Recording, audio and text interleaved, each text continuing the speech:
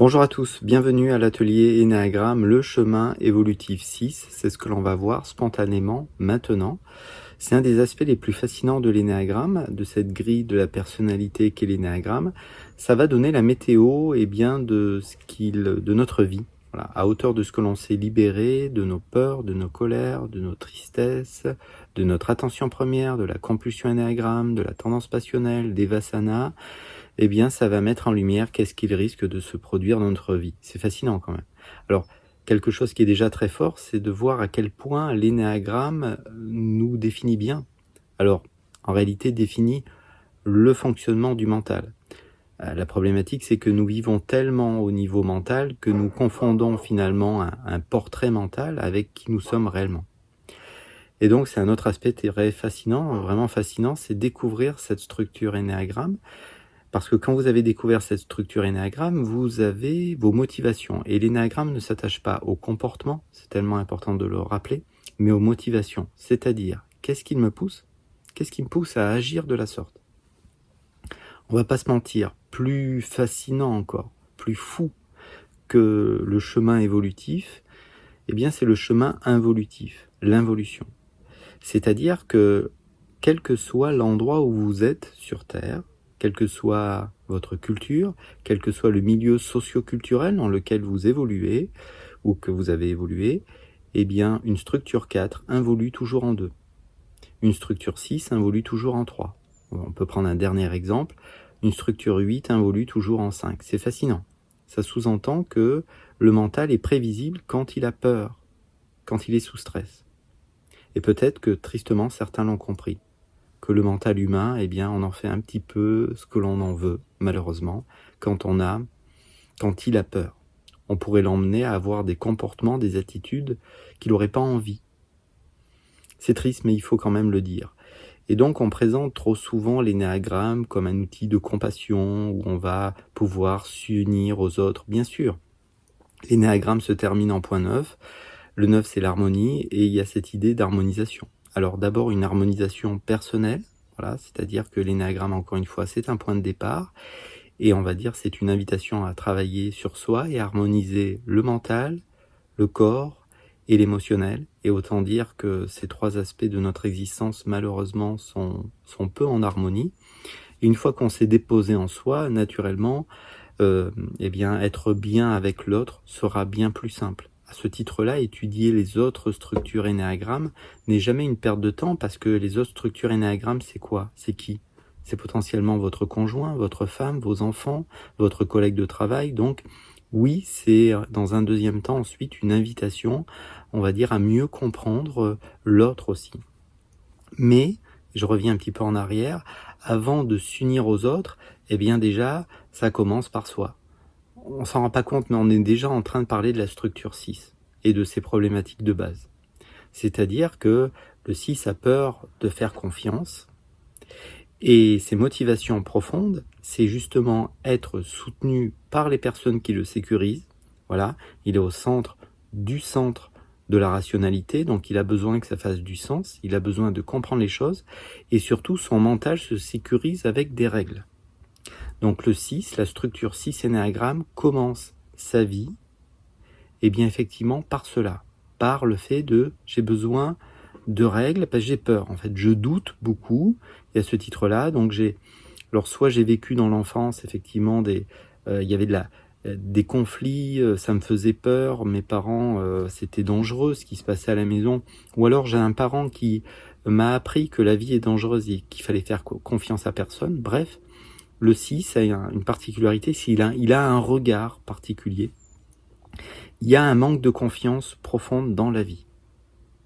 Et cette problématique n'est pas que propre à la structure 6. Beaucoup d'entre nous, on ne fait pas confiance en la vie. On est en résistance avec ce qui se présente. Alors, effectivement, le 6 involue en 3. C'est-à-dire que le 6 va prendre les défauts de la structure 3. Le 3, c'est le compétiteur et il est dans une action individuelle. Le 6 a besoin de se sécuriser. Donc ses motivations, c'est qu'il justement, il ne veut pas être seul. Son attention, sa compulsion énéagramme, c'est la déviance. C'est-à-dire qu'il a peur d'être mis à l'écart du groupe. Voilà, donc il a peur d'être mis sur la touche. Donc il veut être uni à un groupe, et il veut qu'avec ce groupe, on s'impose des règles, et puis on avance ensemble. Comme ça, je me prémunis du monde qui est dangereux. Voilà, c'est un petit peu résumé, mais le 6 sous stress, malheureusement, fonctionne comme ça. Et donc, quand il va mal, il prend les défauts de la structure 3, il s'isole lui-même. C'est-à-dire, c'est vraiment moi contre les autres. Et je me sens vite trahi. Je sens vite qu'il y a un problème. Et donc, plus le niveau d'anxiété est élevé, et plus le 6 a besoin de s'isoler. Voilà, on pourrait dire, le point de départ de son existence. Parce que tout le monde, quelle que soit votre structure énéagramme, nous allons vivre notre involution. Comme si notre involution était nécessaire à voir, peut-être, à mettre en lumière, à conscientiser ce que l'on ne veut plus dans notre vie. Alors certains d'entre nous, on va vivre un petit peu cette involution à l'enfance, à l'adolescence, un petit peu au début de l'âge adulte. Malheureusement, certains d'entre nous, on va passer beaucoup de temps dans notre involution. Et effectivement, un 6 qui a peur, qui involue en 3, eh bien, il a peur de ne plus avoir peur. Voilà. Et ça peut prendre une place dans sa vie folle. Il peut vraiment complètement s'isoler de la vie. Et en l'occurrence, ce qui le dérange le plus, c'est les humains. Parce qu'il ne comprend pas les humains. Et il se sent vite trahi par eux. Voilà le point de départ. Voilà le portrait qu'on pourrait dresser, un portrait un petit peu négatif de cette structure 6. Il porte bien sûr des qualités, parce que toutes les structures portent des qualités, mais il a un esprit rationnel, terre à terre, et il veut construire quelque chose. Et à ce titre-là, il voit la vie comme quelque chose de linéaire, avec un début. Voilà, mes parents étaient ainsi, ils avaient une maison, ils l'ont vendue, on est parti en Argentine, on est revenu en France, bref, une histoire. Voilà. C'est-à-dire, cette histoire, effectivement, je veux la faire perdurer dans le temps de manière linéaire. Je veux me raconter une histoire. Parce que cette histoire, eh bien, sécurise mon mental.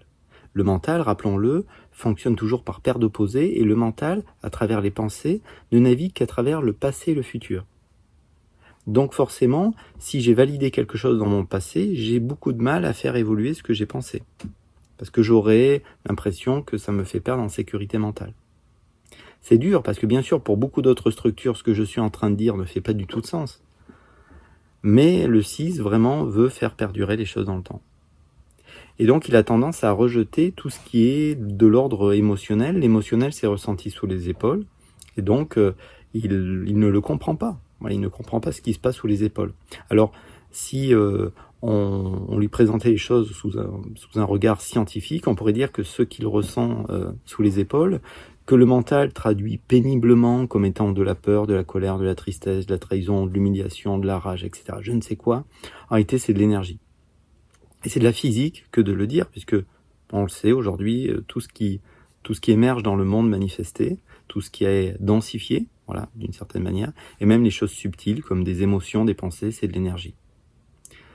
Et c'est de la physique que de le dire, hein, c'est pas, voilà. Donc ce qu'il ressent sous les épaules, c'est de l'énergie. Donc si vous voulez, on ne contrôle pas des énergies. Ou alors si vous savez contrôler des énergies, vous m'envoyez un message en privé, hein. Et donc c'est une des problématiques du profil 6, c'est que comme il a peur de tout, ou qu'il se fait peur de tout, en fait il veut tout prévoir. Et s'il se passe A, je ferai B, s'il se passe E, je ferai F. Et donc il veut contrôler ce qu'on ne peut pas contrôler. Il veut contrôler le futur, il veut organiser le futur. Donc à un moment donné, c'est ça l'anxiété généralisée, c'est quand on veut commencer à gérer des choses qui n'existent pas. Qui n'existent que dans un endroit, c'est dans notre tête. Et encore faudrait-il que les pensées soient dans la tête. Je ferme ici cette parenthèse. Donc, revenons donc sur cette structure 6. Le chemin évolutif, eh bien, c'est que je vais regagner le point 9. Le point 9, c'est l'harmonie. C'est-à-dire qu'il commence son chemin évolutif quand, naturellement, il a moins besoin de douter des autres. Et quand il commence à être plus, on va dire, dans une action entre guillemets spontanée. C'est-à-dire qu'il va se rendre compte qu'il a affaire à des êtres différents, que ces êtres sont différents de lui et qu'ils n'ont pas forcément décidé d'être différents, parce qu'on ne choisit pas notre profil énéagramme, et lentement il va pouvoir prendre les qualités du médiateur. C'est-à-dire que tout en respectant ses propres valeurs, tout en gardant son identité, parce qu'il a peur justement de perdre un petit peu son identité et ses valeurs, eh bien il va pouvoir se rendre compte qu'il peut être avec des êtres humains très différents de lui, et il va survivre. Voilà, c'est un petit peu exagéré ce que je dis, mais c'est fait exprès, c'est-à-dire qu'à un moment donné, il va pouvoir plus naviguer à vue. Alors, il y a plusieurs cas de figure, toujours. Soit parce qu'il y a de la maturité qui est passée par là, soit parce qu'il a travaillé sur lui, soit parce qu'il y a un choc traumatique qui est passé par là. En tout cas, les règles qui s'imposaient autrefois, qui sécurisaient son mental, eh bien, à un moment donné, il est appelé à les faire voler en éclats. Parce qu'effectivement, tout dans l'univers, et ça, malheureusement, c'est une évidence, eh bien, suit la même trajectoire. Il y a émergence, maintien, et puis déclin. Et ça, tout dans l'univers fonctionne comme ça. C'est-à-dire une naissance, une planète, il y a création de la planète, maintien de la planète, destruction de la planète. Et il en va avec tout le vivant. Donc toutes les règles qu'il s'est imposées, de toute manière, sont appelées à disparaître un jour ou l'autre. Donc à un moment donné, il se rend compte que même sans règles, même si les règles ne sont pas préétablies à l'avance, eh bien je peux être avec des êtres humains et me sentir bien avec eux, même s'ils sont différents que moi, de moi, et c'est ok. Et donc comme j'arrive à voir que je peux être avec d'autres personnes sans être soutenu par d'autres personnes, vraiment, je peux, parce que c'est une des peurs inconscientes, il a peur d'être seul et abandonné. Et c'est quelque chose qu'il a vécu. Alors, quand on dit seul et abandonné, ça ne veut pas forcément dire qu'il s'est retrouvé enfant, par exemple, tout seul pendant des jours entiers chez lui. C'est possible. Mais c'est en fait incompris. Il a peur de ne pas être compris. La sécurité pour le 6, elle se situe d'abord au niveau mental. Donc, être en harmonie, c'est par exemple, on pourrait prendre l'exemple de quelqu'un qui est, je sais pas, c'est un artisan par exemple, qui est de structure 6, et qui va voir des clients. Voilà, il démarche même des clients, admettons. Voilà, c'est un exemple. Et donc, naturellement, il se confronte en permanence avec des êtres humains qui sont différents, qui exposent des points de vue qu'il ne comprend pas, en tout cas, qui sont loin de ses standards, et puis, il se rend compte que peut-être il peut passer du temps avec eux, que les règles ne sont pas préétablies à l'avance, et qu'il n'est pas plus trahi que ça, en fait. Et que s'il est trahi, c'est pas si différent, c'est pas si grave que ça. Et puis, trahi à quel niveau, finalement? C'est important, ça aussi. Qu'est-ce que c'est que la trahison? Parce que vous savez, le même événement, lui qui a peur de la trahison, un même événement qui est vu comme une trahison par une structure 6, est vu comme de l'injustice pour d'autres, comme de l'abandon pour d'autres, comme du rejet pour d'autres, comme de l'humiliation pour d'autres. Qui a raison? Peut-être tout le monde ou peut-être personne. Donc lentement, il se rend compte qu'il peut agir seul, sans règles préétablies à l'avance, qu'il n'est pas obligé forcément de tout prévoir à l'avance. Et je le redis un coup, c'est pas grave si j'organise pas tout à l'avance, on verra bien comment ça se passe. Je saurai m'adapter à la situation. Il devient plus flexible, adaptabilité, qui sont déjà des points forts qui sont propres à la confiance. Le pire ennemi de la confiance, c'est le doute. Comment je fais pour douter? Je prévois, je projette. Je projette des choses, et puis une fois que je les ai projetées, je veux que ça se passe comme j'ai prévu, et bien sûr ça se passe jamais comme prévu. Donc je doute, donc je me dis que je suis pas à la hauteur, que j'y arriverai pas. Donc lentement il va se rendre compte, à se confrontant aux autres, qui s'en sort, et qui s'en sort seul. Et du point 9, il va ensuite gagner les qualités du point 3, c'est-à-dire qu'il va pouvoir être dans une action individuelle. Il va prendre des qualités propre à la structure 3. Ce qui devenait son involution devient son évolution.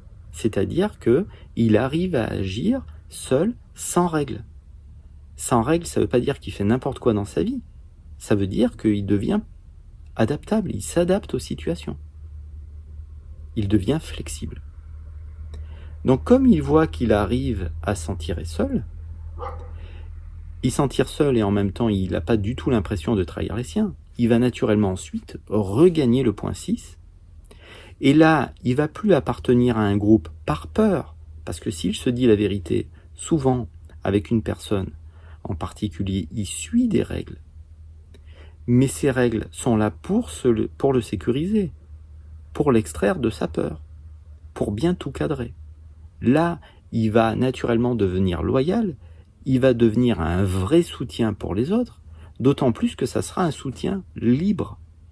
Parce que, oui, je m'impose des règles avec toi, mais en revanche, toi, tu as des règles avec moi, quoi. Donc, en fait, il n'y a pas beaucoup de liberté là-dedans. Dans la peur, il n'y a pas beaucoup de liberté. Donc, naturellement, je vais regagner le point 6, mais là, je vais m'ouvrir totalement différemment. Parce que ça va être, encore une fois, sans peur. C'est-à-dire, je vais pouvoir naviguer dans un groupe, arriver dans un groupe, sortir d'un groupe sans avoir l'impression de le trahir. Et là, je vais prendre les qualités de l'énéagramme. Je vais l'harmoniser en moi. Qu'est-ce que ça va faire? Eh bien, j'ai une aile en 5. Donc là, je vais commencer à pouvoir, non pas m'isoler, parce que son aile en 5, souvent, elle est plutôt appelée à l'aider à s'isoler. Là, je vais pouvoir m'intéresser à plein de choses. Je vais pouvoir me remplir de connaissances. Je vais pouvoir profiter de la vie. Mais profiter de la vie, pas pour m'extraire de la peur. Avec son aile en 7, le 7, c'est l'épicurien. C'est souvent, quand il profite de la vie, c'est pour s'extraire de son anxiété. Non, là, ça sera différent. Là, naturellement, il va ensuite pouvoir goûter la vie sans se prendre la tête, sans trop se poser de questions. Et puis sa sécurité, lentement, et c'est ça le chemin évolutif, ne dépend plus de règles et ne dépend plus des autres qui me stabilisent. Ma sécurité, je l'ai trouvée en moi. Et j'ai commencé, moi qui doutais de tout en tant que structure 6, alors je ne suis pas 6, mais je vous donne un exemple, eh bien j'ai commencé à accueillir mes émotions, rester avec mes émotions. Enfin, mes émotions, en fait, c'est de l'énergie, c'est rien de plus. Et on est des êtres énergétiques, qu'on le veuille ou non. C'est de la physique que de le dire. Donc j'ai commencé à accueillir mes émotions. Donc naturellement, je m'ouvre à une intelligence émotionnelle. Je commence à agir de manière plus libre. Donc je trouve de l'harmonie. Je commence à trouver de la paix, un peu de la sérénité. La sérénité, c'est une vertu du profil 1 énéagramme. Parce qu'ensuite, naturellement, je vais regagner très souvent le point 9. Le point 9, c'est cette capacité à communiquer, à m'ouvrir à des points de vue. Donc regagnant le point 9, c'est mon chemin évolutif. Je m'ouvre aux ailes du point 9. Donc sérénité, des règles en même temps. Je deviens quelqu'un qui est en mesure d'être précis dans le travail ou dans mes activités. Et à la fois, je deviens un taulier, une force, c'est-à-dire je deviens un petit peu ma propre loi, tout en respectant les autres, tout en gardant mes valeurs. Eh bien, naturellement, je commence à poser quelque chose de puissant, de fort. Et là, qu'est-ce qui m'arrive ensuite? Eh bien, je retombe en point 3. Et là, j'harmonise l'énéagramme. Parce que le point 3, il est dans le centre de l'image. Il est dans le centre des émotions. Donc, naturellement, je vais pouvoir agir seul, tout en respectant les autres, tout en respectant les points de vue des autres. Je vais pouvoir aider parce que j'ai une aile en 2, mais aider de manière désintéressée. Et puis, j'ai une aile en 4. Et c'est peut-être le dernier aspect que je vais pouvoir nourrir vraiment en profondeur. Je vais prendre les qualités du point 4. Et vous savez, dans la littérature de l'énéagramme, on dit souvent que deux profils qui s'entendent mal, assez mal. Alors je sais que certains qui regardent ces vidéos vont me dire non Aurélien, c'est pas vrai. En fait, c'est le point 6 et le point 4. Et c'est peut-être le dernier aspect que je vais nourrir. Le point 4, on l'appelle l'artiste. Le tragico-romantique, il a une particularité, c'est qu'il est ouvert à ses émotions. Et le 6 a tellement peur de ce qui se passe sous ses épaules. Et c'est une clé totale d'évolution, parce que quand on est à l'écoute de ce qui se passe dans son corps, après on agit de manière totalement libre. Et agir de manière totalement libre, sans peur, eh bien nous fait souvent avoir l'action juste. Et là on tombera après sur le chemin en dehors du chemin évolutif, c'est-à-dire en dehors du chemin évolutif, l'action spontanée dans le monde. Et surtout, ce point 4, ça sera aussi cette capacité, on va dire, à s'ouvrir à toutes ces émotions, en fait, à tout ce qui se passe dans la vie, en fait. Parce que c'est un peu dérangeant pour la structure 6, tout ce qui se passe dans le monde. Pourtant, il y a peut-être une harmonie derrière tout ce qui se passe, même derrière les événements très durs. Peut-être que, vous savez, on parle du cadeau caché des fois, c'est-à-dire derrière tel événement que j'ai vécu qui est dur. Et là, je m'adresse à toutes les structures 6. Parce que si vous regardez ces vidéos, si vous vous intéressez à l'énéagramme, si vous voulez travailler sur vous, c'est sans doute que vous voulez aussi vous extraire de la souffrance. Voilà. Derrière tel événement que j'ai vécu très dur, c'était quoi le cadeau caché? Et je le redis un coup parce que ça semble un petit peu curieux dit comme ça. Derrière tel événement très dur que j'ai vécu, ou dur. C'est quoi le cadeau caché? Parce que peut-être que quand il arrive quelque chose de négatif, une fois qu'on l'a dépassé, on se rend compte qu'il y avait des choses à comprendre derrière l'événement qu'on a vécu, quelle que soit la lourdeur de cet événement.